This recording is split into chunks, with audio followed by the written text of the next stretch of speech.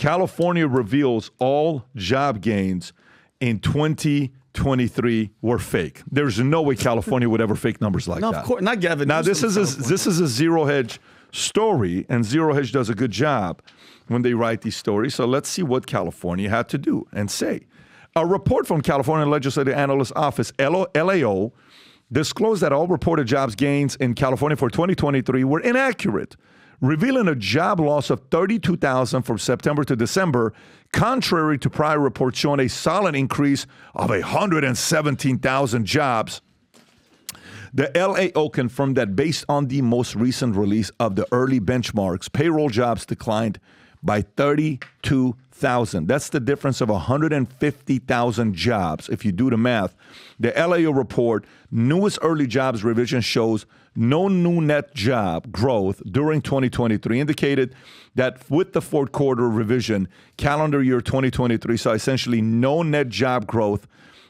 This significant revision contrasts sharply with the preliminary monthly report, which had shown substantially job growth. The Bureau of Labor Statistics revised state employment figures annually through benchmark revisions, while quarterly revisions by Federal Reserve Bank of Philadelphia offer more frequent updates. Tom. Okay, ladies and gentlemen, whenever you see the initial headline on jobs reports, just wait 3 weeks for the revision. Did you see how many times the word revision was used in what Pat just read?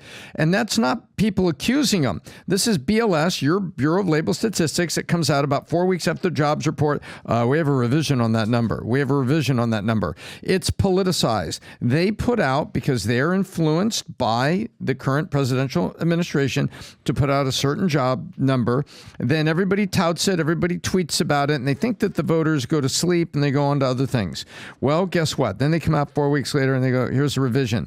Now, California is getting ahead because BLS, that's the nation, that's Washington, revises the state employment figures annually, meaning they go and they audit, like the IRS, they audit those and they update them.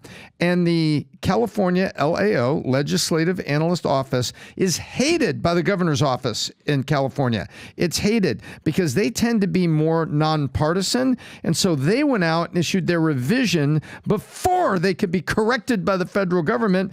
And when they put the revisions in place, 3 minus 2 equals 1 minus 1 equals 0. Yeah, we really didn't have jobs there. And worse, by the way, when you peel back the onion, one more PBD, full-time jobs were lost in significant quantities, and the net replacement was part-time jobs. So even though they went to net zero, underneath it, there is a huge shift of loss of full-time jobs being replaced by little part-time jobs. This shows just how bad it is, and that the migration out of California, businesses cutting payrolls in California, all those restaurant chains and everything that were closing in Oakland, the math is coming down. Gavin Newsom gets a 0 on this test. Well, at least he... No, go ahead. I'm because I was going to say the homeless thing.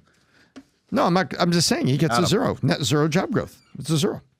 No, I appreciate that perspective, Tom. All I can think of is that in 2020, 2021, 2022, how many people left California? You know, they nominated Gavin Newsom 3 times in a row, U-Haul Employee of the Year. I think this was 2024 was the first time in the fiscal year that they've actually had a net population growth.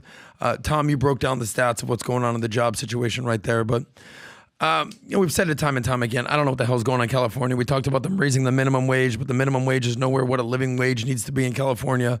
I'm always remembering that conversation we had at what's your favorite restaurant? The Japanese place, Yoshinoya. Hey. And the guy came up to PBD and high end. Yeah, it's amazing. Right. And he's like, hey, I don't like what you're talking trash about California. And he's like, well, tell me why. It was an interesting argument. It was like, this is right after the RNC debate. It was interesting. We sit down and had a conversation with them it was 11 o'clock at night. Conversation. Yeah. And as you unpeel the onion, to use Tom's analogy right there, it turns out that he was sort of a real estate investor. And he was not investing in any property in California. Oh, weird. He's like, yeah, I'm a Mexican guy. Like, a lot of my properties are in Chicago. And why in Illinois? Why all that? Oh, it's cheaper there. Oh, what do you mean? It was an emotional response. Yeah. He didn't like that you were talking trash about California emotionally, but when he had to think rationally and put his money where his mouth is, it turned out it was a horrible bet. Anyways, gang, this is why I love America. I'm America first. My team, my jersey is America. That's what I wear. Yesterday when I went to the game, Florida Panthers against the Edmonton Oilers, you know what hat I was wearing? I was wearing a Valuetainment hat. You know how many Valuetainers I saw yesterday? I couldn't even tell you. Left and right, we were having conversations with everybody because I'm convinced future looks bright. And 4th of July is around the corner. We told you guys we had a complete new merch drop, but I'm going to show, if you're looking at the, Rob, can you actually go to the store so I can tell them what's sold out and what's few items are still left or not? If you just go to vtmerch.com and go to the 4th of July right there, if you can click on that. Okay, so let's go through it. The USA hat is officially sold out. There's no more. That went in no time. The one to the left of Valuetainment, there's 37 of those to the left of that right there. There's 14 of the trucker one, whatever you want to call that, right there. There's a few shirts left. There's a few sweaters left as well. And then if you go onto homepage, there's a blowout sale of 50% that we're running for 4th of July. But here's what you got to keep in mind. If you stay at the top, Rob, the slides will switch. Here's what we're doing.